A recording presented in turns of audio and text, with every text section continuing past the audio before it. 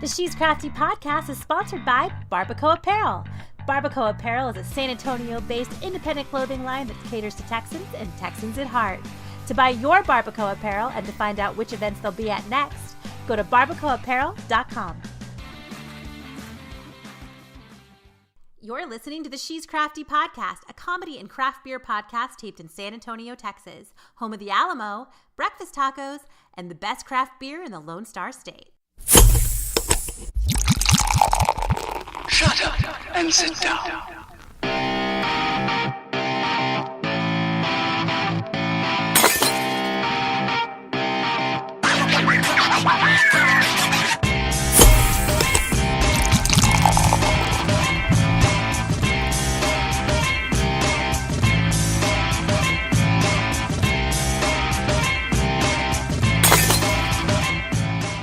Okay, hello, and welcome to another episode of the She's Crafty podcast. My name is Catherine Contreras. I'm your host.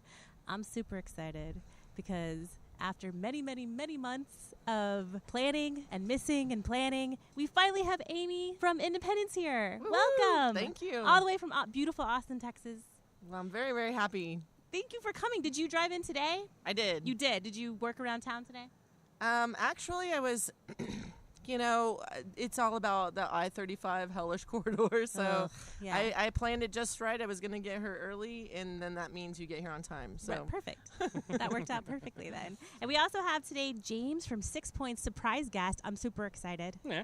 Thanks for coming. Thanks for sitting having me. down. Yeah. I like your hat. It says beer is culture. It is culture. That's super awesome. The first thing I did want to talk about was there was this really cool blog article that you and I both read that's really funny called I'm Not Really Into Craft Beer, I'm Just Here for the Dick. And it was written on a website called Reductress by a girl named Kathy Lynch. And it's basically a satirical article just kind of making fun of the stereotypes of women in beer, which I thought was really, really great. And I know you had some thoughts on it, right? yeah, well, first of all, the writing itself was brilliant because when you have a statement about dry hopped balls, what's not going to get attention right. Besides that? But you know, what I noticed about it, first of all, you can always tell when something's kind of hitting a nerve is when how much of your network and your friends' network passes it around. And so it kind of hit it on all levels. I mean, we had Texas Talk Craft Beer and Austin Talks Craft Beer, people posting it, but then in Pink Boot Society, which is an organization for women who work in breweries. Right. And it was interesting just seeing, to me, like there was the ha-ha, like this is hilarious aspect of it, but then there was also kind of like that secondary feedback of like, yeah, this has been my experience as a woman when I go to a brewer's festival or, hey, I'm at this massive tap bar and, you know, getting mansplained about beer. And it just is funny because I think a lot of women have that shared experience. And so whenever you can just really like do something so absurd of a statement to show how dumb it is, it sort of also reminded me of there was like I forget which comedian it was, but they did a thing of like, what if women talked about their vaginas the way guys talk about their dicks? Right. And it's like, so they're just like always doing all these things with their vaginas and like grabbing them and showing them off and talking about the size and stuff in the men. Peeing standing up. And they're like, what? Why are they talking about it all the time? Yeah. You know, and so it almost hit that level of absurdity. Right. So yeah, like some things that it made me think of. Number one, was just there was this other comment that happened a lot later, or maybe within 48 hours. Somebody had posted to the Pink Boots group where it was a woman who was a brewer, and she was expressing how in a group of might have been at a guild function. This is out of the state of Texas. This is in a different state. Right. But she was like, you know, I'm at this function, and all the male brewers introduce themselves to each other, but they never, you know, somehow I am invisible. You know, going around the circle of people and they don't introduce her. And it's this dilemma of how assertive to be and this fine line between being assertive and being, quote unquote, the bitch. Yeah. And it's like, I think there's like a lot of interesting commentary going on in our culture right now about, on all sorts of levels, about, you know, the status quo versus people trying to change the status quo. And so issues of feminism have reemerged in a lot of ways. Yeah. And to me, anyways, in Yeah. the last few years. And so, and people don't even want to use the term feminism, though. And I mean, they don't want to, it's too loaded of a term. Right. So it's just kind of awesome to have something come out where it's funny and people can laugh at it, and it brings the conversation to be. But then, you know, I do think that there's plenty of women in the beer industry that kind of like struggle with the whole thing of like, how do I'm here because I want to be here. Like, I actually have studied up. Like, Right. This isn't just you know, it's kind of like, how do you even, it's kind of like just when you're single and go to a bar and you're like, actually, I just want to have a drink. Right. Like, I want to get hit on today. it's like, I'm not really here to Yeah. attract like all this attention. Yeah. And it's like, well, why'd you come to the bar then? It's like, Right. to drink. Yeah. No, I totally get it. I found it to be hilarious because just being, not just am I a craft beer, into craft beer, but I'm also into podcasting, which are two sausage heavy like things. And it's just fascinating being a woman, because the first thing that people are like, I get hit on all the time, right? I mean, not now because I'm pregnant, because that's obviously Those still be guys. But, they don't clue in. That is the first thing that happens, you know? And I'm like, I'm not here to like, to get laid. I'm here to like make a podcast and talk about beer. But we could do that later if you want. But right now, for the next hour, let's just do this. But no, I just think that it's really fascinating to me. And I've talked to a lot of women in beer that are frustrated. You know, like my good friend Marisa is the taproom manager at Busted Sandal. Mm-hmm. And she's like, it pisses me off because I know more about beer than the guys that work here. And they don't ask me. They always ask the guys. Or they ask, can I talk to somebody else? Mm-hmm. Right. I feel like for a long time we got started in 2004, so it's been a long haul. Yeah. And there's been times where I was like, just didn't even want to make an issue of it, because if somebody, it's really funny when people, we're 12 years in, and right. I started working at the bitter end when I was 21, so I'm 20 years into the beer industry here. And yeah, occasionally still there'll be people who, you'll be in a setting and they don't know who you are, so they'll be like, hey, there's kind of like a helpful commentary sometimes, right. but it's kind of the assumption that you don't know anything that's a little right. bit weird. I think also that sometimes deters women from getting involved, because I know that like the few, and I've said this before, bottle shares that I've been to, it's so dick heavy. It's just like dudes everywhere. And I can't get my girlfriends to go with me because they're intimidated by, so many guys being there, and they're not really into craft beer yet. But I'm like, this is the best way to do it, because you get to right. try so many and it's so much fun. But there's just so many guys. It's like walking into a comic book store, and I don't have my cards with me. Like, I'm not right. equipped for this. That's what it feels like sometimes when you're walking into those. I think that different settings have different vibes, and like back in the day, and at least in Austin, like we tried to start a women's beer drinking group, and it was like 3 of us showed up. Yeah. So we're like, we're ahead of our time. Yeah. Well, now they have Girls Pint Out, I think, has done a really great job of organizing some stuff. There's like 4 in Austin. And they're all different, and they're all really fun. Yeah. But I think that I bring it up because I think, I back in the day, like back in 2007 or so, we started in 2004, but even up until like 2010, if you had said there would be all these beer drinking clubs that are like women only, right. and that A, that they would have existed, and B, that like they're all different and fun in their own way. Like, right.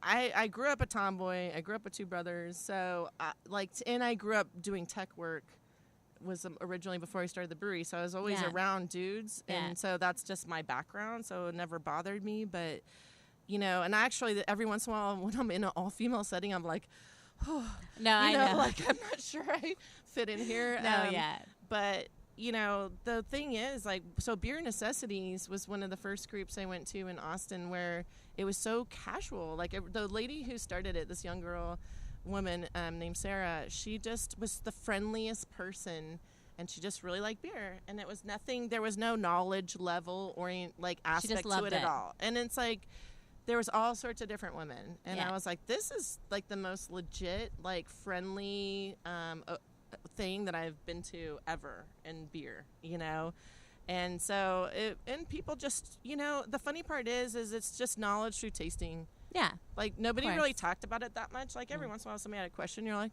here's what it is. But it's just like, we're just going to try it. Right. And I was like, good. Like, that's what it should be. Like, you should just try it and see what you think. Yeah. Try it, exposure to something new, and, you kind of get your own individual opinion on it, regardless of, regardless of what someone else has to say about it. Yeah. And I think that, like, and not to be gender, like, stereotypical, but I tell my girlfriends all the time, there are beers that you will like that taste like wine or taste like champagne that are still beer. And you don't have to always drink, wine or champagne, or we can enjoy this and have fun together, and you can try something new. Absolutely. But I find that a lot of women are scared of it, or they're like, oh, I don't like beer. That happens a lot.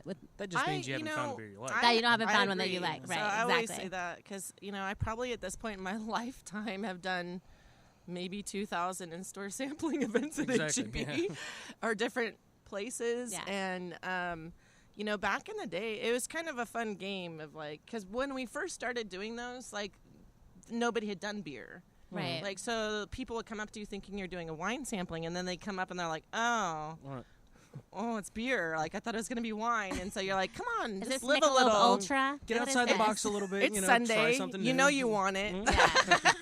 Yeah. And, the interesting thing to me is that you have to really delve into what people's tastes are. It's like, do they like complex flavors? Right. Or do they like, not so much, or do they want, and there were some patterns I saw just based on our beers that was interesting. And it's like, and I think sometimes, like, for example, we had, when we introduced our Convict Hill Oatmeal Stout, it's very malty and very complex, and people that were wine fans who were self-declared not beer lovers, if you could get them to try it, sometimes, like, people who were, like, identified as, like, complex Zinfandel drinkers, like dark Zin, like, they actually really like that beer. Like, would they drink a lot of it? No, but when they sampled it, they're like, oh, I had no idea beer could taste this way. Enjoy it, find some of those, like, complex flavors that you wouldn't expect, sort of thing. Like Similarly, like, when we first started making Redbud and sampling people on that, it's such a different style that people would be like, whoa, like, I didn't know, is this a beer? I feel the exact same way, yeah. It's like, sour beers are a great intersect into, like, if you say you're not a beer drinker, like, okay, say you're, typically a red wine drinker. It's like, things like a Flanders Red, where it's like, okay, so it's got strong acidity, it has oak character, it has these different fruity and jammy notes to it, and it's like, those are what you actually like, rather than what the beverage actually is. There's that little subtle fermentation, just the actual, like, yeast fermentation flavor too, that's in the back of the mouth. That's just like, oh yeah, I do. It's like complex this. and There's different. There's nothing more thrilling to me than serving a Berliner to somebody that's, like, not a beer drinker. Like, and they're just like, what is this? It's so exciting to me. I don't know why, but I'm just like, it doesn't taste like what you think it would taste like, does it? Like, it's just really exciting. Yeah, and I mean, all across the board. Like, so, to some degree, I've spent a lot of my time over all these years trying to figure out, I mean, it can be one-on-one or in a group, but it's like, what do you like? Do you know the various flavors that you're interested in? And then it's really beautiful, actually, when somebody, like, tries something and they like it and they didn't know they liked it. So they're like, what is it? And you're like, oh, well, this is a maltier beer. So you should really, this is the range. Here's some spectrum. Here's some. And you know what? I can't even tell you how many other beers I've sold off the shelf at H-E-B because I'm like, this is ours. Oh, yeah, and here's there's 2 or another 3 others because you should try them all. Yeah. That's part of the whole thing. Experience. One of the joys of being in the whole craft beer thing is, like, we're all on the same team. Right. And, like, yeah, definitely. Super exciting.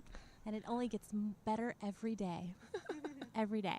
So, Amy, for people that don't know a lot about Independence, can you give us a little rundown on the brewery and what you guys have going on over there? So Independence so my husband and I, Rob, started the brewery in 2004. As I said earlier, the funny part is we both were kind of in that first wave of breweries that started and when the laws changed in 1994, allowing for brew pubs. I actually started at the bitter end in 1996 when I was 21. and didn't know shit. But what better place to start your beer education than at a badass brew pub? Awesome. And then Rob, my husband, was at the Copper Tank. We were both gone to Austin to go to school at UT, and he was kind of in a weird trend, when you're in school and you're like, I think you go into school thinking you know what you want to study, and then he was making beer with his roommates, and then he's like, the laws changed and the brew pub started, and so he wound up getting a job at Copper Tank. So the irony is we both worked at brew pubs. We never met. We actually both worked at this festival, never met, and only met years later. Wow. So both early 20s, got into the beer scene in Austin, and after I graduated, I was very involved in doing work on the internet. It was very exciting to me. Like my degree was actually in writing and in journalism. Okay. And so to me, what was funny at the time is, everything was so structured in a previous era. It's like, you can be a photojournalist or you can be this kind of journalist. And I started, I did this internship for a group that was the first people I ever met that knew how to build a website. Okay. And this woman probably was like 24, but I'm only like 20 at the time. So I was like, you know so much. This is awesome. And so This fountain of knowledge. I was like, You're my I was Yoda. like, yeah, she's my hero. I was like, that's badass. Like, and that you're not limited. It was like, Right. wait a minute, I can throw all this junk out the window, and I can put photos on, and I can write, and like music, and like whatever the fuck I want. Like, Yeah. this is awesome. Like, I love this. And so, like, I was full-fledged, like, into Nerdville, like, at that point. I was Yeah. like, I'm teaching myself HTML. Like, I'm going to build websites. Like, this is the future. Yeah. It's like, and then it's funny because at the time, it's like, weird online forums, like, where it's all rednecks or people that are into porn, and you're like, oh, this is the internet, Oh, yeah. The future's here. Yeah. We have to make it. Yeah. So it was kind of an interesting thing, though, because I did that that was what I did for about 6 years outside of school, and was really, really good at it. But it's just, I am a person that just needs a challenge, and that's essentially, I met Rob. He was still working at Copper Tank. In a lot of ways that business had run its course, and so he too was up for another challenge, but he's more of a someday I'm going to do this, and someday I'm going to do that, and I'm going to do the, and I was like, I might move here to do it, or I might move there to do it. And I was like, I started getting into it, and I kept, mostly because, we had, so here's our home setup way back then. We had a old couch in the garage and a kegerator in the garage and a dartboard. Mm-hmm. And we would spend many hours out there just hanging out, drinking beer, not doing anything, back in the luxurious era of the 20s, that we lived in. He would just always talk about it, and his pale ale just kept getting better and better and better. And I was like, like, I think I can actually work with this. Like, we should. So the more he talked about it, I was like, well, we should do it. Like, we should do it. And he was just always like, yeah. Like, and I was like, no, we don't have to move anywhere to do it. Like, the best place to start it is here. Yeah. Because this is where we know everybody, and this is where everybody knows us. And, so I just started, building the business model, and which is really weird because I was not the business person. It's like, I was like, but. Just winging it. It was. I had in my previous era of job, like, I had to. So the funniest part is people who are in finance and those things, they can't write worth a shit. Right. So I always had to rewrite their material. So my simple level of business knowledge was derived from that. Okay. So rewriting other people's Perfect. stuff. Well, it worked out for you, it seems like, right? I was always like, I don't need to know that stuff, and then and then you needed it. Yeah, that's awesome. So you guys obviously located in Austin, Texas, right? Yeah, we're in the same spot where we started from the very Okay. beginning.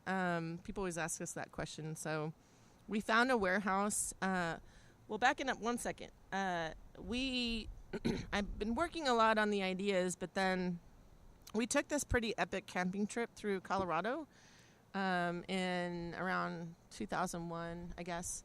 And it was hot anyway, so it's like, well, good, let's get out of Texas in August. And we back then it's just a lot less breweries. So we went through the ones that really stand out in my mind to this day is in Durango. We went to Ska and to Steamworks, and then we went to everybody. But that one in particular, they gave us a really awesome tour and gave us a lot of good ideas. And then up at Odell's, and actually it was really funny because that was when Oscar Blues was just at, we were camping it outside of Lions and had walked down. There was like this Lilith Fair rainbow people thing at our campground. Nice. And so we wake up and we're like, woo, what are we walking into? And and it's all women. It's like all women too. So I was like, all right, like this is interesting.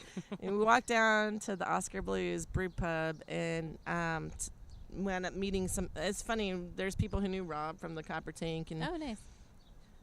They wound up taking us out and showing us like this barn where they had this RC Cola thing that they were old canning line they were trying to fix up.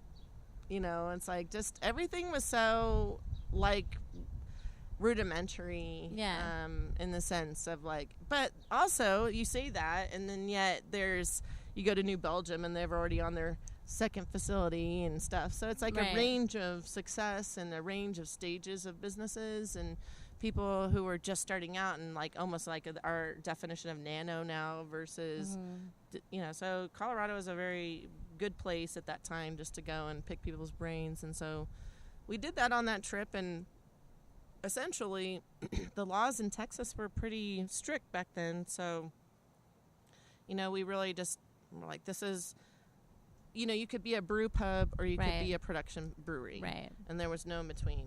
And so we're like, well, we've already both had worked at brew pubs, and I really wanted to package beer. Like I knew, like, we were outdoorsy people anyways, and I was like, people want to take beer with them. Right. They want to have it at home. Like, you don't always want to be just at a bar to drink the beer. So that's kind of why we went that direction. So we found a warehouse because it's like all the really good breweries we'd seen, they're like in a warehouse. Avery, Ska, like all these guys. Like, hey, here's this warehouse. It's right in between all these highways. So we would self-distribute, and that's how we started. Yeah, amazing. You're still there. Yeah. We were fortunate enough that some neighbors moved out, and we took over additional space. But Awesome. Okay, so I know you brought some beers today, right? Mm-hmm. And the first beer that you brought was the Cucumber Red Bud, right? Who's got that one? We're going to pull it out. I'm obviously not going to try it, okay? Nobody send me emails or, like, nasty messages. I'm not drinking. I'm only watching. Just so you guys know.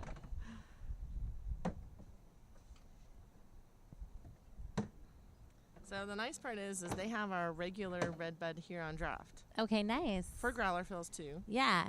Which, by the way, is tasting So I don't know if I fantastic. mentioned this already, but we are actually at Big Hops on Bitters, one of my favorite Big Hops locations because it's literally 3 minutes from my house. So that's why I always choose that. Hyper convenient. That's right. Okay, so they're going to pop open this Red Bud with cucumber. Oh, my God. Are you kidding me? That looks amazing. So the backstory on this beer, so Red Bud last year was our summer seasonal. It's actually the very first beer that our head brewer, Brandon, ever brought me to try was his Berliner Weiss. Nice. So back in, I don't know, I guess 2012-ish. Okay. And, I had it, and I was like, this is amazing. Like, what is this? And he's like, it's a Berliner Weiss. And I actually hadn't really had the style before. Yeah. And so I thought, this is really cool. Like, got into how we make it. And I was like, oh, we were maxed out. We weren't quite maxed out in 2012. By 2013, we were fully maxed out on our capacity. Yeah. We were on a 14-barrel system, brewing 17 times a week. Wow. And, by the time we finished our expansion, we were at just over 9,000 barrels on a 14-barrel system. So it was, like, really ridiculous. Yeah. So I was like, someday we'll make this beer. And I don't think he really truly believed me at the time. And so when we were trying to think of the summer seasonal, it was really funny because he really, that was when everybody released their session IPAs. Right. And he had a good one, but I was like, dude, I'm like, no, like, let's do something different. Let's do something different. Like, the sky's the limit. We could do whatever we want. And they're like, well, like what? And I was like, what about that Berliner that you have? And they're like, what? You would do that? And I was like, we have Pat and QA, and like, we can do it. I was like, Pat, if you sign off on it, then we can do it. And he was like, done. So nice. That's how it came to be. Perfect. Well, all that summer, as they were like, what the fuck did we get ourselves into? This is the hardest beer we've ever made. Is it harder to make a Berliner than it is the other styles? Well, so we do a kettle souring process, which is not all that unusual. It's a good way to do it. But it's extremely time intensive. And like the first couple of brews they were so nervous about it that they like put a hammock up and like every like 15 minutes, 20 minutes, they were taking pH readings. They were just like, oh, we can't fuck this Sit up. there, like, run the we rakes can't again fuck this and run the up, rakes you know? again And it was like Pat and Brandon like all night long. And it's like we got to where we can now it's a little bit old hat and we know the time cycle and stuff. But you still it's the monitoring the pH and making sure that everything's just so. But yeah, so for that first few batches, it was like, what's going to happen here? Yeah. And it happens to be in the hottest time of the year. So I don't really remember if it was Brandon or Jerry, one of our other brewers, but we had this little keg box, and so they were making kegs of water to serve off the keg line. Mm-hmm. And so who wants just plain water? So they did cucumber water, which was so refreshing. And so I'm getting a pint of cucumber water because it's hot as hell. Yeah. And they're like, hey, this tastes really good with Redbud. Nice. And that's how we're like, wow.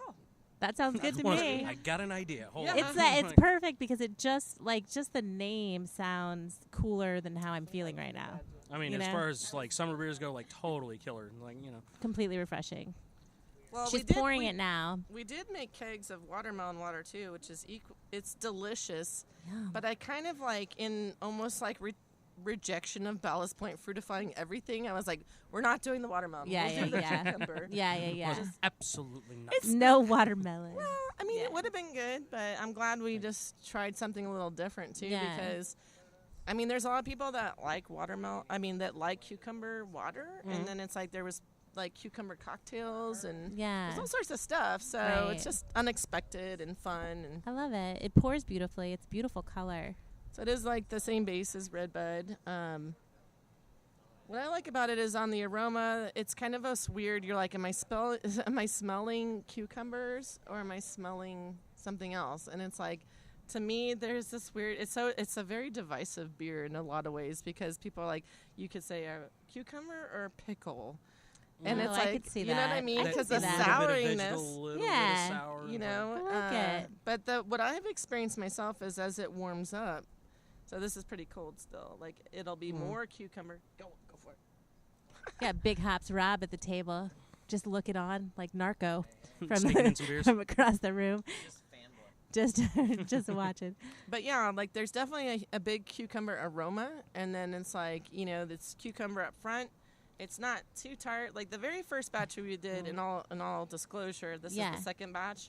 This one I think perfectly nails it. Like the first batch, the Redbud was a little bit more tart than this. Okay. And it was like it turned to pickle. You're like on the finish. You're like, am I tasting cucumber? Or am I tasting pickle? Which was like surprised us because we didn't really expect that. I tried a pickle at from New Braunfels, the pickle fucker. We tried that too. Yeah. And I was like, this is good. It's good. I don't know if I could like session this shit all night. Right. But it's like as soon as you drink it, you get this big question mark over your head where it's like, I think I like it. Do I like it? I know I don't dislike it. Yeah. So yeah. And then immediately I was like, what can I pair this with? Well, barbecue, this one hamburgers. nails what we were going for more because it's like, no, it's just cucumber flavor. Exactly. And it's like, it comes across so bright and clean and everything. It's yeah. Like, one of our old brewers, this guy Seth, who is now out at Real Ale, he sent me a picture with the cucumber Redbud in the shower. He's like, you nailed the shower beer. And I was like, yeah. That's what I was looking for. Yeah. Perfect. I was like, get a cucumber scrub and you're like all right. It. That's amazing. The perfect beer for when it's hot and steamy all the time. Yeah, that's exactly it. That's awesome. Well, that's amazing. Everybody go out and get you some. Where can we find this in San Antonio right now? Okay. And surrounding areas. So, not yet. Okay. Not yet in San Antonio. Okay. we're shooting for it. So it's an interesting challenge we have, or a situation where different distributors pick beers up in different ways and times, and so to maximize the efficiency of sending a refrigerated truck to Austin, glaciers will only really order about once a month. Okay. Or they try to consolidate everything to once a month pickup, and then if we have a really great month, they're like, damn it, got to send another van here. You know what I mean? And so it's an interesting thing of working in the pickup schedule to coincide with when we release something. Okay. So I'm hoping they'll pick it up. Perfect. But I'm assuming people can probably just shoot over to Austin. Oh yeah, and get a shitload of this, yes. right? Okay, good. I just feel bad. I don't want people to have to go to Austin to get it, but yeah. But there's no bad excuse to go to Austin. It's fine. Yeah. So it's in Austin. It's at a range of independents. The thing I love is how fully embrace some of these independent store owners that, like, I really did, like, you know, myself and a few other people, like, crack these guys. You know what I mean? Yeah. It's like back in the day. So there's a funny thing. You know, we self-distributed for so long. So after we kind of first, you know, our first wave of stores were like Whole Foods and Central Market and Twin Liquors. They were like our original main stores. And then we got into like 3 H-E-Bs and then got more and worked our way up through that system. And then I started realizing that it's like the equivalent of like food deserts, but they were beer deserts. There's not H-E-B and there was not anybody else. Yeah. And I was like, as I sought those out, I was like, you know, there's these independent stores that are like C stores, but they're not chains. Yeah. And those were always like the key. Yeah. And you go, and it was like not an easy sell by any means, but I was like, they recognize the value of catering to people who are like, I don't want to have to go spend an hour when all I really need is milk, toilet paper, and some beer. Right. Yeah. And I was like, I can help you there. Yeah. And it's like those stores in the earliest days, like, I mean, as far as like 2007, 08, like they, one by one, we started finding those. And the funny part is in Austin, they actually had this little thing. It was called the Greater Austin Merchant Association, and they had a sign on their doors where it's a gamma. So I'm like, now I start realizing who's who, and but there's people who are not in that group, but yeah. So those now there's like this point of pride in some of these like these guys where they want to be the first. So you've got like East First Grocery, which I remember selling him way back in the day, and then MLK Food Mart. I mean, obviously Witchcraft is in the mix, but it's just like this. There's about 5 that like totally try to be the first, and they're pretty social media savvy. Like, awesome. Who's the first to have the picture up, and like you can get it here. So those guys are always like pretty hip to what's going on. And then, I mean, obviously there's, you know, some of your core H-E-Bs and the Central Market and Whole Foods. Right. Like, the Whole Foods in Austin have always been very supportive on the beer side. So. Cool. I would look there. Nice. So go to Whole Foods, go to Witchcraft, go to the MLK Food Mart. Yeah, East First Grocery. Get it, Definitely y'all. East First Grocery. Go get it. Go get you some Redbud cucumber. The other one that you brought is the Liberty Lunch, right? Let's take that one out and see what that's all about. Oh my goodness. Look at that can. It's beautiful. It's white with a pop of orange. So I love it. You know, the funny part about making another IPA is that I had a very, very, very, very, very high bar. It's like stash is my shit. You know, like it is what has propelled me in the brewery. I was like, this, you know, so if I'm going to make another IPA, I've got to make sure it hits on many levels. Number one, it had to be very different from stash. Okay. So I'm not going to make a beer just like stash. Right. Yeah. Yeah. Number 2, so it has to be different from stash, but it has to be really delicious. So it has to mean something to us. Like, we take our IPs pretty seriously. So on the color side of things, you'll notice, you know, a big difference is this actually has some crystal malt, has like a nice kind of coppery color. Yeah, it's beautiful. Versus stash is going to be just straight up pale malt and everything a West Coast IPA should be. Secondly, I mean, as compared to Stash, this is only 5.5% as opposed to 7%.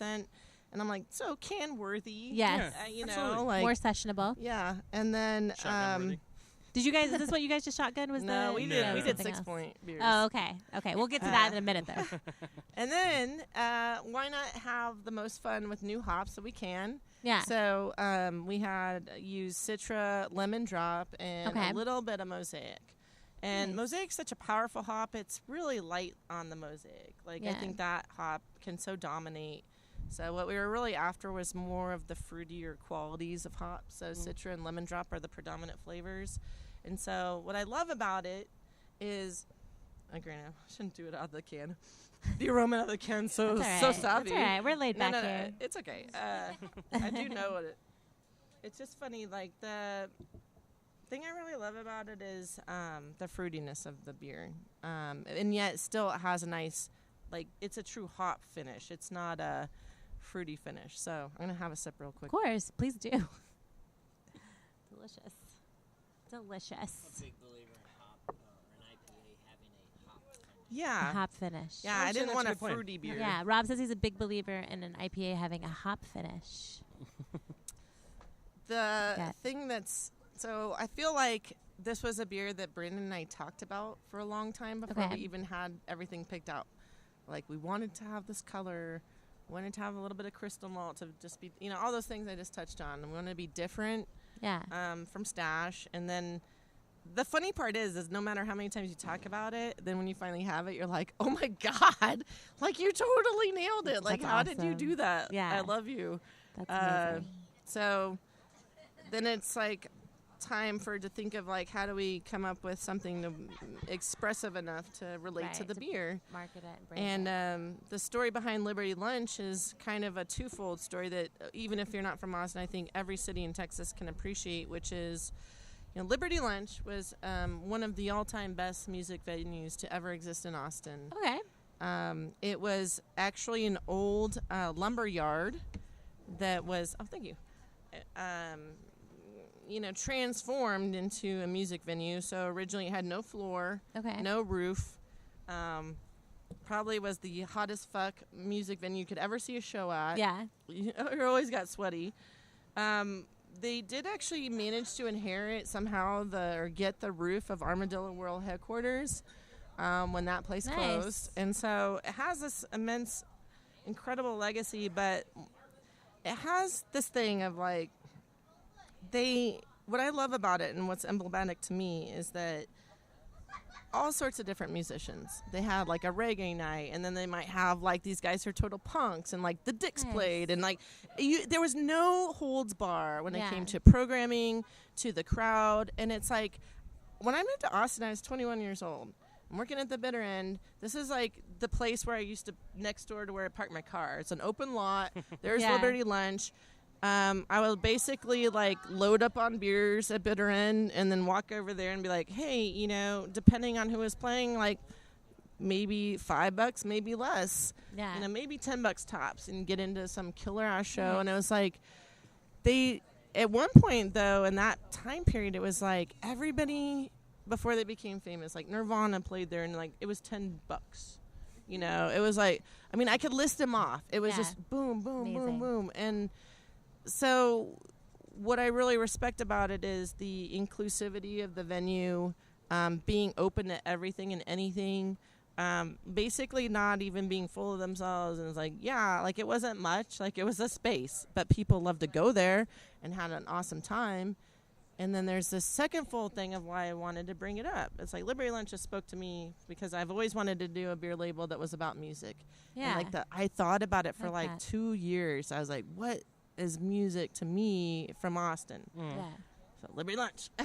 But then secondly, I think that there's a lot of cities, big and small, in Texas that are going through population increases in ways that make them uncomfortable, that have made affordability a big issue in their communities.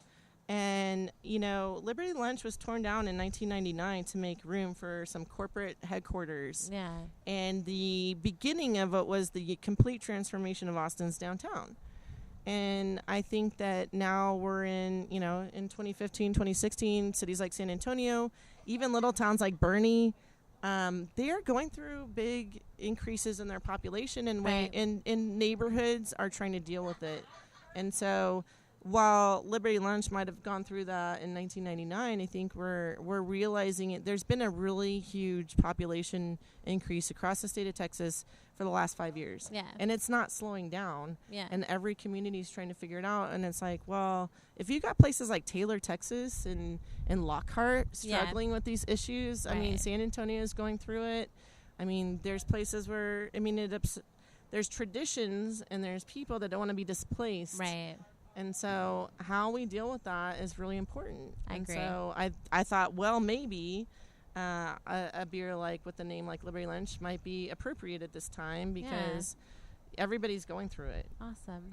I love it. Thank you so much. Thanks for bringing these amazing beers and sharing them with our listeners. I love that so much. Make sure that you guys look for Liberty Lunch. Is that one also available in Austin? Is it available in San Antonio as well? It is. Okay, great. So where can they find it? Can they find it here at the Hoppy? Absolutely. At Big Hops has been great. And then where else? It's in HEBs and a bunch of retailers. It's definitely on draft places too. Awesome. I'm like, I never know exactly where and when. Yeah, but they just have to look around and they'll find it. That's awesome. This is Brandi, and you're listening to the She's Crafty Beer News. Our top story for tonight, it seems that people all over Texas are seeing Jesus. Oh, wait, hang on. That's not just Jesus. That's Black Jesus. Do we really have to say that? Do we have to point that out? Really? Nowadays, we have to... Oh, okay. I'm sorry. It seems that they're talking about the new beer from Texian. Okay, got it. Thank you, Rhonda. Texian Brewery has their Black Jesus Dark Wild Sour Ale, and people all over Texas are enjoying this fine brew. Thank you for clarifying. Can we get Bill to really clean up these notes? Thank you. Coming up on October 7th, celebration of the 4th annual Barrel Aged Beer Day. I think I'm just going to start saying that whenever my birthday rolls around. Like, this is the 36th annual celebration of Barrel Aged Birthday. That I feel like I might accept it a lot better that way. Really gets better with age. It's just a farce. And in other news, Oscar Blues is teaming up once again with Hot Box Roasters. This is really exciting. I feel like this is a delve into something new. And what was that? Oh, it's coffee. Well, I really feel like they went with the bait and switch on the Hot Box. All right, well, it's a coffee porter. I guess I'll try that too. Sounds great. You've been listening to the She's Crafty Beer News, brought to you by Camp Drunken Arrow.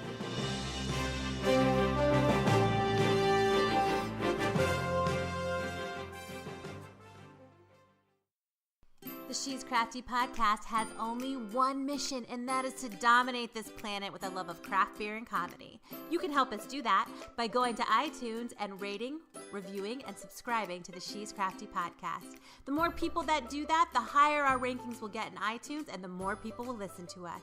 The more people that listen to us, the more badass fucking episodes we can put out every week. So go to iTunes and rate, review, and subscribe to the She's Crafty podcast.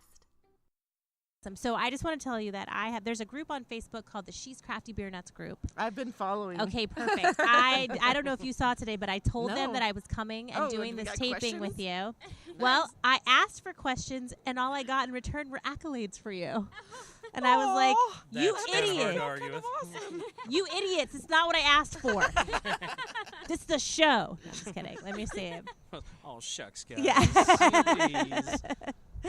So this is what I got. I got Brandi Dunagan, my former co-host and badass beer bitch, said, "Are you hanging with Amy? If so, I'd like to ask Amy how many people have girl crushes on her for being such a badass boss biatch, and what do I have to do to claim the top spot?"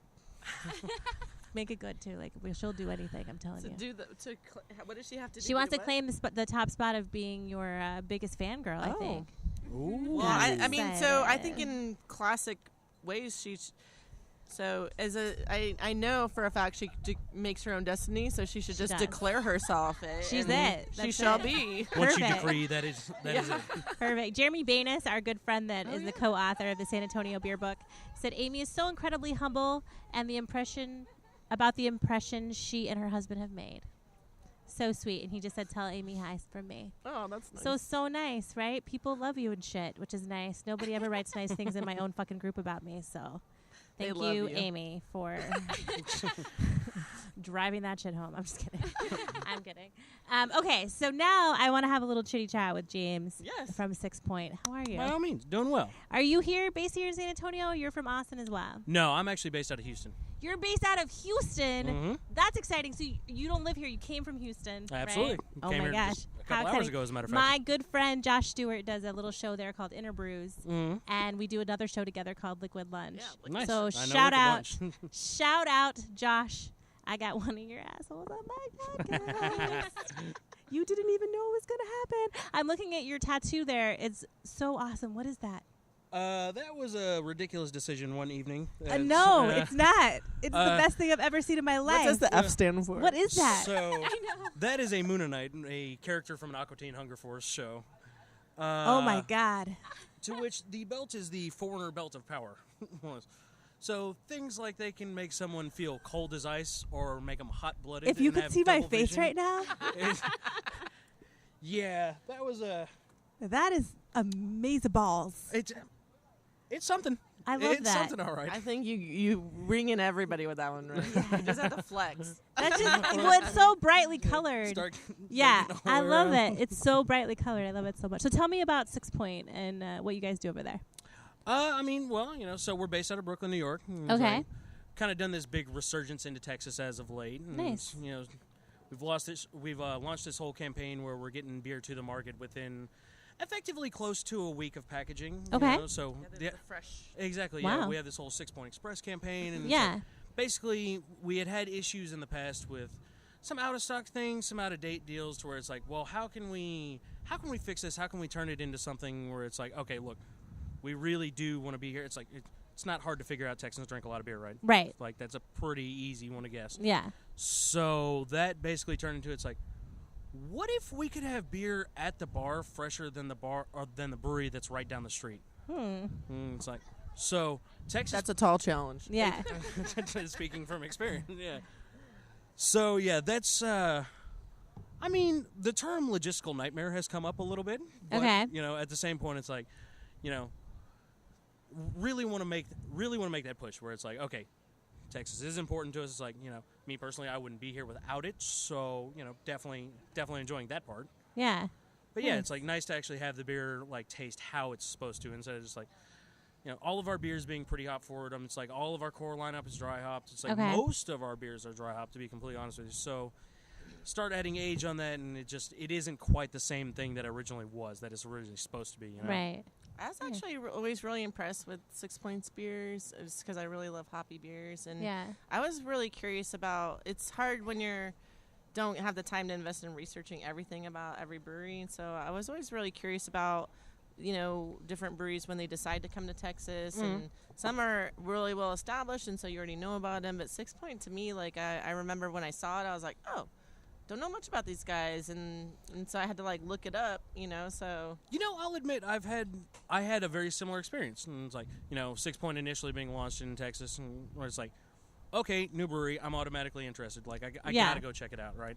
But yeah, didn't know much about it. It's like, we made a really big stronghold in the Northeast throughout, being based out of Brooklyn, and it's like, so like when did they start? 2004 would be, the actual, so like we're like cousins. right on point. Nice. Yeah. Awesome. So yeah, and it's like do that and get into the whole expansion thing where it's like, learned a little bit of a lesson early on about over expanding, where it's just like when you have to pull out of a market and it's like, okay, that might not send the best message. So it's been kind of a controlled growth to where now we're in almost 30 states and like 11 countries, like really, really trying to spread the footprint as much as we can. But Yeah. I like it. at the same point, it's like, got to make sure we can actually take care of that area. Right. Well, it seems really cool. I mean, I don't know. I think that what I've discovered as we've sent people, like mostly just because there's always been people who have been in bands that work at our brewery. And so as they tour, it's like there's a weird thing with New York and Texas, I think, because there's like our guys, whenever they've been in New York, they're like, there's weird, like they want to be like Texas bars or honky tonks, and so they're like, you're from Texas? Yeah. Oh my God! They're like, show me your ID. We like you're really just, from Texas. We just designed. I have a t-shirt company called Barbacoa Apparel with my brother, my sister-in-law, and our friend Richard, and we were just approached by a band to do a concert t-shirt for them, and they were like, the venue is in New York, but it's like real like Texas honky tonk. And I was like, so you want me to make a shirt that, you know, like, I don't understand what you're saying to me. Yeah, like make it look real. You want it to be real hokey, is what you're saying. I want it to be like the Broken Spoke on acid. Yeah, exactly. Exactly. I was like, okay, let's do it then. Yeah, it is kind of funny to think that. It's like one of my favorite bars in Red Hook, like a little small area in Brooklyn, is called the Ice House. And it's kind of a very, well, being from the South, we all know what ice houses are. Right. And it's like, I'll tell you, walking in as a native Texan, having 4 walls was very confusing. Just walking in's like, so your version of an ice house is a completely closed building, not like just a stand with some like you know, tents and stuff outside? And like, yeah, you know, it's like it's really southern drawn and Texas centric. And it's like, I have to admit, immediately walking in, I had to buy a Lone Star. Just you know, it's out there where it's like, well, was it $8? It was $7.50, but yes. Oh my God! That's what our guys said. Like, it's $8 Lone Star. I was like, what the hell? Gosh, yeah, that's a bit of a change, I have to admit. Yeah, that's funny. I like a Lone Star occasionally. I don't mind it. If that's all they've got, I'll take a Lone Star. You know, it will make do. I'll take a PBR if I've got $5 in my wallet and I want more than one. I think what's cool about that whole, like, you know, there's this idea of this back and forth, and there's been several bit like we got invited. I was at capacity, so I was like, I'm selling all my beer right around this 50-mile radius, so no, I'm not gonna do it. But I'm good. You know, there was a big barbecue pop-up thing. You know, several of the. I don't know. It's just like, hey, they want to have Texas barbecue in New York, you know, and hey, they want to get these Texas beers up there, and it would have been really cool in a way, but you know, we just never did it. But yeah, I don't know. It's just a funny phenomenon, like the who loves Texas culture versus who's like, man, those Texans just love themselves. And albeit accurate too. I always think it's funny, like when you see, because I have kids, right? So there's like a lot of mom culture, I guess, going on. But you always see like the big sunglasses with like the big state of Texas on the side. And I'm like, does Idaho, like when you go to Idaho, are people wearing sunglasses with like a bedazzled Idaho on the side? So I can speak to this a little bit in a way. So my mom's family's from Texas. They were when she was a baby, they were in Austin, and then she grew up mostly in Houston. Okay. My dad's family's from California, so she was like, they met when he was in the Air Force, and he's like, let's go out to California. So she was the only one who left. So we did many trips when I was a kid to Houston. And then we did one when I was older where it was like the entire state. Like we went to Austin to see the Capitol. We came to San Antonio to see the Alamo. So I was indoctrinated with Texas culture, even living afar. And the 2 funniest things, number one, always on her vehicle emblazoned was Native Texas bumper sticker. Yeah. And I was like, Mom, like, really? Like, you gotta... And I was like, I don't understand. And then hanging proudly from the hooks in the kitchen were the Native Texan coffee mugs that my aunt had sent her. And then I remember was one year for Christmas, my aunt had sent freeze-dried and sent Bluebonnet ice cream. Like, there was always all these weird things from Texas that growing up, and I was like, okay, so when I finally moved here, it was just so funny because I was like, oh, yeah, you know, all these things. It's like I kind of know it. Yeah. But, yeah, it was... I think what's funny is when people... I think... It took me a while to understand it in a way, like, because as a kid, I always was like, Mom, you're being so, like, this is, I don't quite get it. And then moving here to go to school, I was kind of proud because my grandmother when they were living in Austin, she moved to Austin and she graduated in 1938, and then I wound up graduating in 1998. Wow. And her husband had a photo studio in Austin, and so it's just like I'm discovering my roots in a different way, like I didn't really know about. And then it's just funny though because I was like, maybe it's just living here a long time. It's like, I'm proud Texan. Yeah. But I don't. Number one, I can guarantee you, Californians do not like worship the California state flag. Like, right. they're too busy. Like, it's almost like you're too cool for that, or it's like whatever. Like, it's always like we're too laid back to give a shit. Yeah. You know? It's like versus, and also like California is a weird state because it's like the South wants, or the northern people want to like disassociate from the southern people because it's like too different. So. Which I think is funny because I here living in Texas for a long time, I'm like, well, there's like 5 different ecosystems easily. So, like, how it all stays together, who knows? Except that it's just the way it is. But too far to drive out. Yeah. Yeah. We're stuck with each other. I know. But it really is. The only states I've seen with like a lot, like the equal, I think, well, so now we are on one of the big anniversary dates of 9/11. And I think New York went through a flourish. Yeah. A little bit. Yeah. After all that. But yeah. I think Texas is one of those few states with huge state pride. No, for sure. Definitely. Definitely. I don't think that's a debatable thing. Yeah, that's pretty much. Yeah, people are really proud to be from here. Well, that's exciting. I'm excited that Sixpoint is in Texas. Yeah. I can't wait to try some of your beers in about 6 months. I'll be on it. We have a shotgun date. That's right. That's right. And you guys your top 10 list of beers to have. It's everything. That'll be on your everything. My top 10, like, from beers that I'm going to drink after I'm done with this baby. Not done, but, like, after it's done cooking, is, like, every fucking beer ever. Like, I'll even drink the Bushes, like, whatever. Weird is, like, when I found out I was pregnant with my daughter Ruby, like, I didn't know, so then I was all worried. I'm like, oh, like how many beer, what have I done, like in between, and like the doctors, they were like, well, that's the beauty of the human body, like it's thinking for you, and you don't have to worry, like there's this gestation period. Okay, well, good. And then it was really weird because for me anyways, it's like had Ruby, and then I had my daughter Bonnie back to back, and I'd breastfeed in between, so I really didn't have beer for an extremely long time, like not in the same way that I had before. And so on one regard, it was amazing for like my sense of aroma. While I was pregnant, I was like, God damn, like everything smelled so much boozier, and like my sense of smell was amazing. But then afterwards, because it had been so long, like I had to really retrain myself on every hop flavor. It was like starting from not zero, but I had to really retrain my palate in a significant way, like, which is not really something I expected.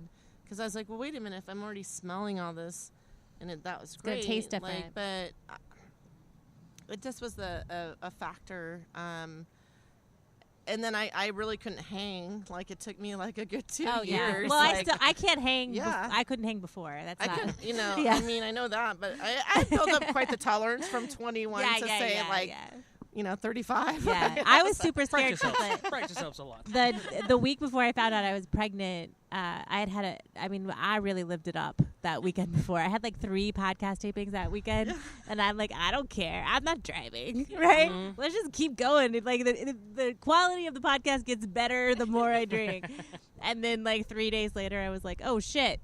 I had quite the weekend, Jason. I don't know if you remember that. I remember when I was questioning in my mind. I was trying to think of it all, like remembering dates, and we were at this New Year's Eve pig roast party, like a legal party at near the UT campus where there was mass everything going on. And I was like, I'm not sure. Is it? If you're questioning, is it still count? I know a little bit, and trying to. But it's really weird because I used to smoke cigarettes, and like it was just funny because I had such a hard time quitting. Yeah. When I tried before, and then it was like the minute I don't know, it was just really just awesome. Switch. Like there's like a switch. Yeah, psychologically, I was like, I just need to stop. Yeah. And then it was like I was done, and I haven't smoked since. And there's been times there have been times afterwards where if you drink a lot of beer, right, then you want to be. You're like, but I'm like, that's kind of dumb. If it's been 5 years, you're kind of an idiot. Yeah. Yeah, for sure. I don't know. I think the funny things that I remember from since we're talking pregnancy. Yeah, no, let's do it. Everybody listening to this season of the podcast is gonna be like, fuck. Well, if they've been through it, they remember, and if they haven't, it's like, oh, well, things to think about. Yeah. Beer You probably know? caused a lot of pregnancies that people were Right. I'm sure it caused this one. I don't know for sure because I don't remember. Actually, But- one of the But I nicest gotta emails say, I ever suspicious. got, like you get emails from people who are like, and I think it was, we were at the brewery and. Oh, nice. Oh, that's a lot of information. Not at the Thank brewery, but it's you. like, we think we. They're like, it we was think we a went to the Independence bathroom. inspired. And I hope you guys bleached the bathroom afterwards because that's where we had our baby. I always thought it was funny when Love people that. said the term pregnesia, because I actually used to. Like forget stuff? Yeah, like I was really good at remembering names Oh my before, God. and like now I suck at it. And I don't know. It's like Can I tell you that embarrassing. the other day I stopped at a stop sign and then I just sat there waiting for the light to turn. Nice. And then my daughter, Nice. I have a 15-year-old daughter who's more like 85. And she was like, Mom, are you sure that you're okay to drive? Because this is very scary. I feel like you're endangering our lives. And I'm like, but we're at a complete stop. Any chance does she already have her learner's permit? No, she does not. She okay. She wants it, which is terrifying to me. But she says it's more terrifying to have me driving pregnant because I'm stopping at stop. I just forgot names, like name Yeah. recall, name recollection, Yeah. and it just sucks because I was like, I feel like I'm constantly stoned. I'll like be in the middle of a store and you're like, that guy that's in this, and Yeah, blah, blah, blah, yeah, blah, blah. yeah. You're like, I can't Guy think named, of yeah. Yeah, That's that the one guy. only That lingering one thing guy. that's Yeah. The other day I tried to turn my car on with the wrong set of keys. And then I was texting Jason and I was like, my car's, it's not turning over. It's not turning over. I like, like sometimes you jiggle the steering wheel and then it'll turn over or whatever. And I'm like in there and I'm like really trying to get it. And then I was like, oh shit, these aren't my keys. I That's thought why. I thought of something just in case we're wrapping them. I don't know if we are. No, we're but not. in We case have- we are. we're good. Okay. There's something that I did want. I need a beer for this, so if I Oh, can okay. have my compadres Oh, nice. crack one Let's open do for it. me. I thought of something that I think is sort of related to one of the topics we talked about. Okay. But to me, as I connect little small dots in my brain, Yeah.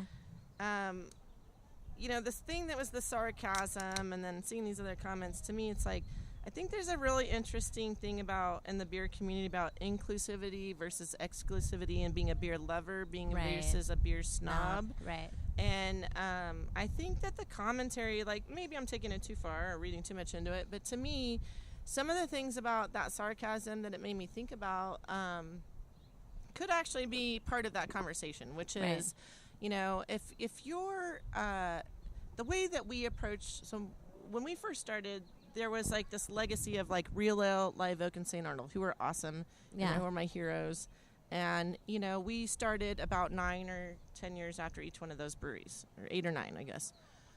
So it had been a really fucking long time. And so, the cultural dynamic in our community was like, well, there was places that would only have Bud Miller, Coors, or Shiner. Right. And then, or there's places that might have more beer. Right. But they're like, well, we got it covered. And so it's like a huge lift to like move that bar. And it wasn't, and so to me, the way to achieve that was we're the educators. We're the ones that are going to get people Absolutely, to yeah. try these beers, Yeah. And so the whole notion in the very beginning, and I actually learned this by going to a tailgate. And the first time I brought my beer to a UT tailgate, and these people who were like, oh, goddamn, like, what am I drinking? And they were like, It's all ugh. bitter. And I was like, my immediate reaction is, defensive and a slight regard. And I'm like, like, you don't know what you're drinking. And then I was like, Yeah. is it my lip? I was like, well, what is it?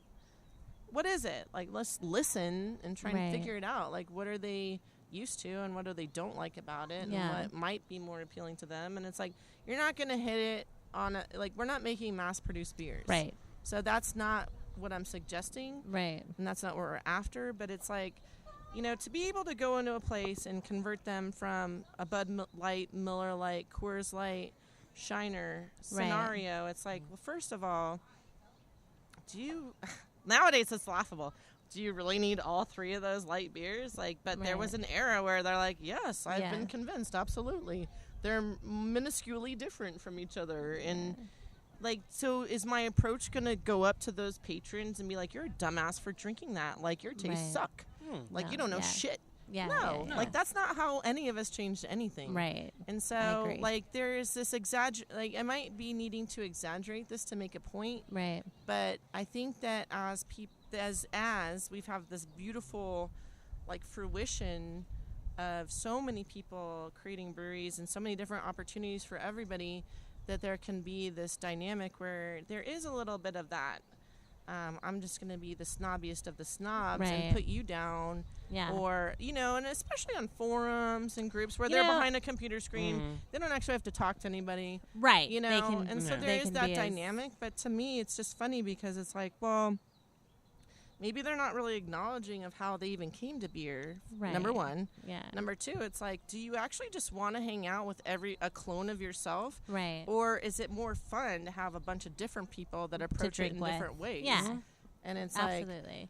I can't help but think that the thing that I think is a phenomenon that I'm now finally enjoying after 12 years and almost 20 years of this is that there are now women everywhere. Yeah. It's amazing. like I have a, fan. in our cellar. Are you a big fan of women? That's good. Okay. The I whole Good to women know. beer thing, definitely beer. down. In the cellar, in the brew house, in every aspect of the beer role, and it's like fans, knowledge levels doesn't matter. Yeah. It's like the only way All the to way really from consumer through owner, the funny part about it is having lived through the whole tech side of my previous life is you only really get change when there's more people. Right. And so like in the beginning of the conversation of like how do we even have a change of like people being like, oh, women do know about this, they like it. Right. There has to be more women. Of course. But it's like, how do we get more women? So it's like, in the very beginning stages of any community, it's like a chicken and egg thing. You're like, well, I want more women, but how do we get more women in? Yeah. So it takes cool women to get other more women women in. I know when I started this podcast, when we started, Brandi and I started it, and we were like, oh, let's call it She's Crafty. And it was more just because we like the Beastie Boys, and we were drinking craft beer. And it didn't really ever dawn on us that like we're chicks. Like we know that we're women, but it wasn't like the reason that we were doing it wasn't because we were going to be girls that talk about craft beer. We just wanted to put on a funny craft beer show. Right. And then the more that we've done it, we're like, this really resonates with other women that are in craft beer. Kind of like, it didn't dawn on us in the beginning. I was a little resistant in the middle part of the era of the brewery to, there's like, you always have, I don't know, there's these like people want to have an article on women in beer, and all of a sudden I'm like, am I token? Am I the token woman? Because it's like the go-to, and it's like, so to some degree, it's like I want to help and I want to participate, but it was funny because after a while I'm like, dude, do you know that there's this other woman who's actually works cellar here, and like there's this, and then like start name drop,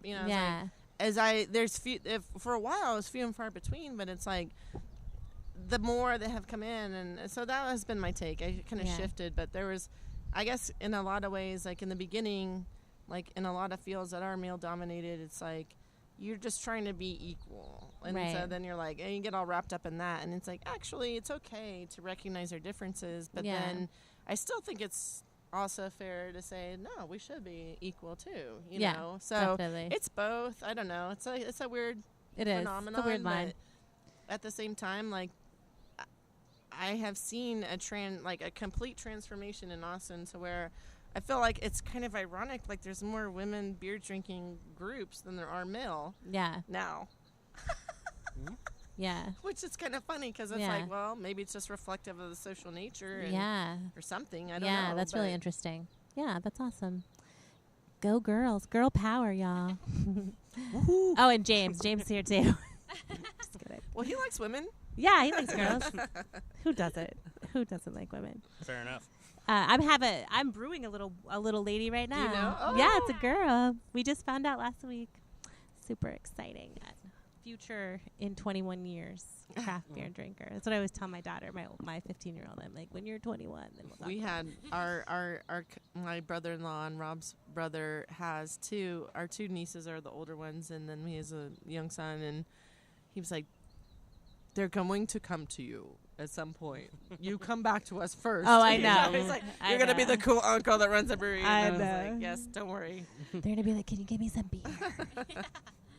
Like I used to do with my big brother. Can you just buy me some strawberry All right, hill? so we're on that topic. First beers. First beers when I'm... I don't know. where's my first beer? Yeah. Oh, probably Bud Light or something horrible like Oh, that. I was born in San Antonio, but I grew up in Katy, Texas. Oh, okay. So it was probably either a Bud Light or a Natural Light or My dad was Keystone. my dad was a little bit of weird because he liked the old Michelob.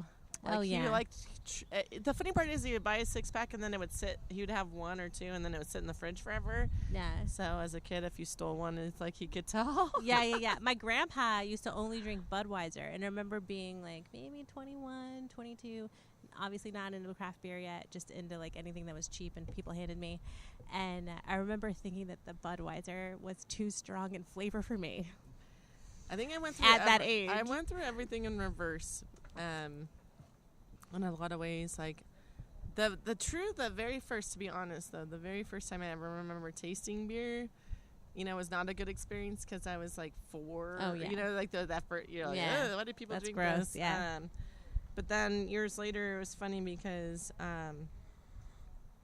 probably because I grew up in hippy dippy California, it's like we did like mushrooms before you did beer. We drank beer.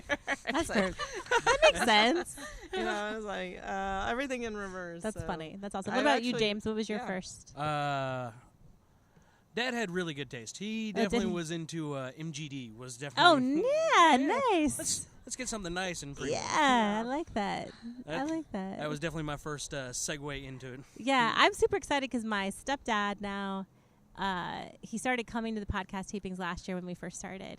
And now he'll only drink craft beer. And he used to be a big Bud Light drinker. And he brought home some Hans Pils into the house the other day. And I was like, nice. All right. Well Yeah, well done. done. There's a similar. I love Yeah. those stories because it comes over and over again. The guy that we work with to design our labels, Jose, he was like, I think they had like a summer party, so to speak, with relatives in Corpus, or they all went to Corpus, and he it was just funny because they didn't. He was like, "Wow, they didn't have your beer in Corpus," so I was like, "It's okay, like, it's okay." Like I was forced to drink something else. They but held he me was at like, gunpoint. I think he had gotten some Carbach, and it's really funny because it's all older relatives, and Yeah. they're like, his dad or uncle was like, "What was that? What was that Yeah. you had?" And it's like he's like That's awesome. buying it now. Yeah, that's So, awesome. I think that's a familiar and an awesome story when it's like you can turn your older relatives on Yeah. to something good. 'Cause I always it's like it. It's always fun for me when I like my coworkers right now, not really into craft beer, but I do something called Thirsty Thursday every Thursday, and I bring in a different craft beer for them. And I tried to start out like with real like ambers and like blonde ales and like things that like were closer to like a little bit lighter, so they could like slowly. You never know. You though. just It's so never know, weird. yeah. And then I brought the Berliner, and the girls were like, "Oh my god, I love this!" And I was like, "See, it's amazing." What I think is funny now, like, so I always shop the shelves still, like, because I'm like, so I'll just cruise the aisle and be Yeah. like, what I haven't had, if there's anything new. And that's always, so it's a good and bad because I love trying everything new, but then it's like, it's funny how it's like a 6-pack, so then Rob, my husband, he always drinks the same thing all the time. Does he? Yeah. And so I'll be like, I'll have like 2 or 3, and then he's like, you haven't finished it. Why are you still buying new stuff? Yeah. I'm like, well, you need to drink it too, And That's so funny. it's a little bit of a challenge. Like, Yeah. I'll be like, you need to try it. He's set in his You're like- ways. Yeah. Well, my experience early on is, so there was a danger of only drinking all your own beers at a brewery Right. because your palate gets too adjusted to your own beer profile Yeah. and your own yeast and everything. And I actually realized that like a couple years in, because you're broke. You're completely Right. broke. Like, you're so the brokest. I thought I was broke in college, and I'm like, no, this is way the fuck This is broker. real Yeah. broke. And so you're like trying to save, and then I was like, I don't know. It's just funny. Like, there's a funny thing that happens with the guild now, where it's like Brewers Night, and it's really well organized. But there was a previous era where it was like not very often and not organized, and it was like we would just agree to show up at the Ginger Man in Austin, the old one, and have some beers. Yeah. And that was Brewers Night. And, like, maybe we'd just exchange some tips. And sometimes it was nothing. It was just drinking some beers. And I remember being there and having some, I was like, y'all try. And it's, like, funny. So you all drink each other's beers. Yeah. And it was that night where I was like, man, I got to start drinking everybody's beers more because I gotten too used to ours. Yeah. So I always make a point of trying everybody's now, or anything I can get my hands on. Nice. So that's always funny. It's always weird. So another weird phenomenon. Like normally, doing sales calls, like there's a lot of pressure, and especially you're out with distributors. It's like they always, hey, we're gonna go into this bar and buy your own beer because we're showing support. Right. And then it sounds like I have learned over the years where it sends a really weird signal when you're like, I'll buy my first beer, and then they'll be like, and now I'm gonna try this, and I'm gonna try that, and then it's like every time, like I was out in Kerrville. I'm like, well, fuck, I haven't had this, I haven't had that. Like, I'm going to try it, And it's just funny because, like, what are you doing? But you got to try everything. Yeah, no, I like that. I like that a lot. Awesome. Well, you guys, thank you so much for being on the She's Crafty podcast. Thank Another you. amazing episode. I'm so lucky to have, for that you wanted to come and sit with me. Thank you so much. Let people know, do you guys have anything going on coming up that you wanted to let our listeners know about? So we're doing the Brews and Blooms Okay. tomorrow. Is that the Botanical Gardens? Mm-hmm. I saw that. What are we're bringing? Sorry. No, it's fine. I believe Stash will be out there, and then our Power and Light Pale Ale. Okay, awesome. So Brews and Blooms, it's a beautiful event. Botanical Gardens. Yeah, gorgeous place. Stash will have like essence of grapefruit all around you. Nice. Oh my gosh, it's so romantic. We're gonna do, of course, we love supporting the San Antonio Craft Beer Festival. Right, from that's the very coming up in beginning, October. The San Antonio Cerveza Rosas. I can't say it right. Ooh, my Did God. I almost get it? What was that? What just happened? I like it. I love those guys. But anyways, I mean, I look forward to that event. Awesome. Actually, I'm thinking, like, I'm going to move our anniversary party date just so we don't conflict with that. We were going to do our anniversary on October 15th, and I'm like, October 22nd. Let's do it. Very nice. Also, it wasn't fair to Holly. She didn't. So Holly is our craft beer woman around San Antonio. Nice. If anybody who's in San Antonio, look for Holly. To know her. She's awesome. Just look for Holly, you guys. I'm going to take a picture of her and put her on the website. Well, we're pretty picky about who we bring on board. Yeah. And, I mean, they have to really love beer. Yeah. They have to be willing to learn a lot about it and put up with me and our crew. Yeah. That's awesome. So I would just say those are the two next biggest things. So will Holly be at the beer festival? Absolutely. And you will be there as well, Amy? The Brews and Blooms I will not. Okay. But by moving the date on our party, we'll see you at the beer festival. I would love to. The food truck showdown. This is so exciting. I won't be at the food truck showdown. I was there last year.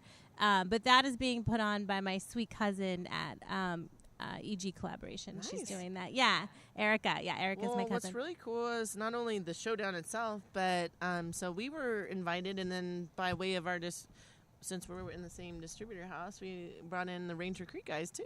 Oh, nice. Share the love. Very nice. I wish we could do it. We have another show that day, so I can't do that. But I will be at the San Antonio Beer Festival. Will 6points be there? Well, indeed. Nice. Well, the She's Crafty, once again, is the official podcast of the San Antonio So when you're Beer going Festival. around the beer festival, like Yeah. what could so to exploit your recording session, like what course. should I do? Any tips? We just create havoc is my favorite thing. Or just Can send definitely all your drunk people to my booth. So do you do you should do a contest for the drunkest comment. Okay, so we have to be careful because never the mind, beer yeah. festival doesn't like for us to advertise that Okay, people get that's drunk true. at their event. How about we can Most just advertise it ridiculous as the Trumpest comment? The Trump. Oh my God. Oh, there you go. Done. There it is. Done. Yeah, last year we wanted to do shotgunning, or not shotgunning, but just chugging or whatever. If and you they can were be like, completely we can't do that. ridiculous on air, like it's the Trumpest comment. That's perfect. I like Totally that. get it. Totally I love get it. that so much. So we'll be there, you guys. If you're at the San Antonio Beer Festival, be sure to drop by, see Independence, see Sixpoint, check out Holly, and come by the She's Crafty booth because we're going to be playing games and giving out prizes. And I have a couple new T-shirts that I'm debuting that I'm super excited. I'm excited about one. I'm so excited, and I can't wait to see everybody and be super pregnant and just rub my belly all day. That's basically what I'm going to do. I had this idea to do a little stand-up with an empty beer and pretend that I was drinking it when I was like super pregnant. But my brother was like, you can't do that. You know what's weird? Everybody always complained. All the women I knew that were pregnant were like, everybody wants to touch your belly all the time. And I never had that happen. And I was like, I must have the complete most resting bitch face ever because like nobody ever asked except for Deepak from the Whippin', like, which was awesome. Yeah, that's the only one you need. Yeah, I know. I was like, fuck, I have good graces. I was like, I'm getting some magic here. So. Oh my god, that's so awesome. I was laughing. I'm like, what are y'all talking about? Like, that never happens to me. My little one today was so sweet. She's 7 and she came up and she was like, she was holding my belly like this and she goes, "It's okay, sweet baby. Don't be scared. I know it's dark in there." And I was like, how would you know if it's dark in there? You remember this journey? It's been a long time, kid. Yeah, it's really funny. Anyway, thank you guys so much. 6 Points. What does 6 Points have coming up that we can look forward to? Any events around town? As far as going around in San Antonio, it's like the next thing we have coming up is definitely the San Antonio Beer Fest. Okay, perfect. Awesome. Be there and we'll see you there then. Do you know how many beers you guys are going to have there? Not at the moment. It's like typically speaking, looking at doing at least like 3 or 4. So. Okay, perfect. And you guys too? October 22nd. 7? Field trip to Austin. October 22nd. October 22nd. Oh, for your anniversary. That's exciting. What are you guys going to have going on for your anniversary? We're going to do at least 12 special beers for 12 years. Whoa, that's a job. And then we've got a 2010, 2011, and 2012 Jasper Old Ale that we've saved. Nice. And we're finally, now is time. We drink it now or risk it not being, passing its prime. So. Yeah. So there'll be a vertical 2010, 12, 11, and 12 Jasperilla. So. Oh, my gosh. Woo. All right. Well, Austin listeners, get out there. Don't forget that on the 22nd of October, right? Get over to Independence. Thank you so much, guys. Remember to always drink responsibly. And peace out. Indeed. That's it for another episode. I hope you have fucking enjoyed it. Do me a favor. Go to Twitter and Instagram and follow us at She's Crafty Pod. Go to our Facebook page, She's Crafty Podcast, and like that shit. Be sure to follow us there. Also, if you like funny blogs and you want to catch up on all your favorite She's Crafty episodes and you want to buy some fucking awesome and hilarious craft beer merchandise, go to our website, shescraftypodcast.com. Peace out, beer nuts.